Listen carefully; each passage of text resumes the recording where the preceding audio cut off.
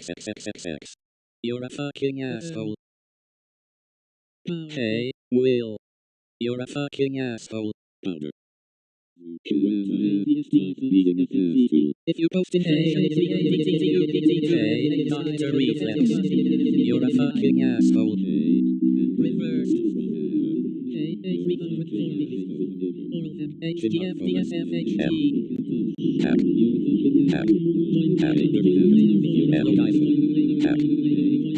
Cartoon Network USA, PBS Kids. You're a fucking asshole.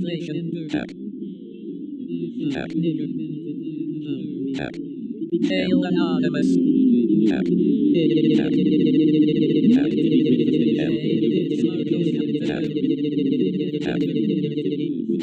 What's up, Marco? Are you recording from Andican?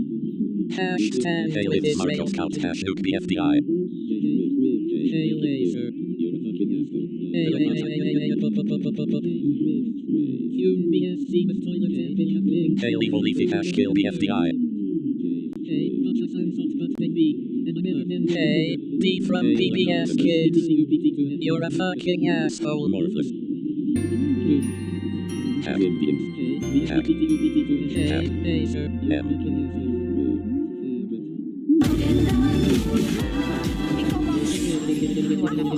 Basta nagpapasalamat ako yung mga anak ko, hindi sila pabili. Pero, hindi ko nga alam kung inaral ba nila to na nare-reverse nila ako eh. Hindi sila pabili. Hey, D from PBS Kids. Re-research at miyat-miyat pinapanood or tanong na tanong.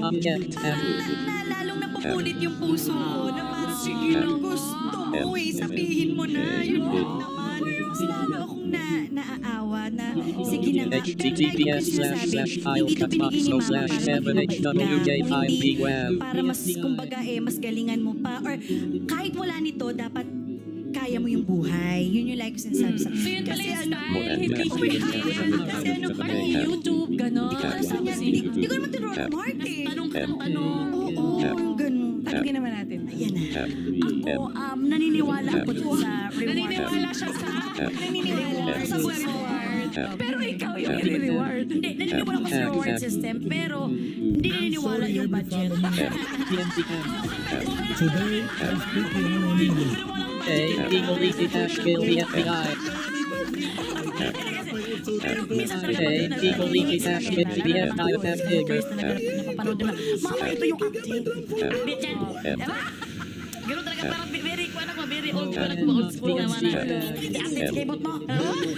Pag sinasabi ko, sige, makuha mo yan, basta kailangan ma-prove ko muna na magaling kang maglinis ng mga gamit mo. Kaya hindi kita bilan yan kasi ang gulo pa na ng gamit mo.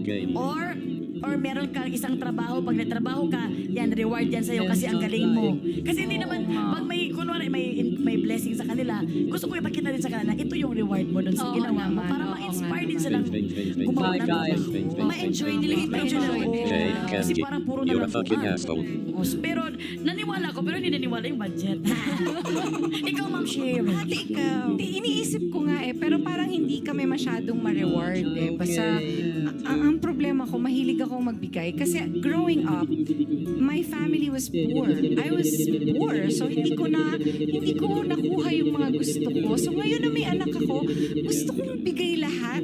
Kailangan kong sabihan yung sarili ko na, i-control yung sarili ko na, teka lang, kasi baka masyado naman. Si Kuya Ogie ba yun? Nagsasabi ko, kasi mas ganun pa siya. Mahirap bibigay. Ito, credit card. Hirap. Hindi, pero between the two of us naman, ako yung mas strict.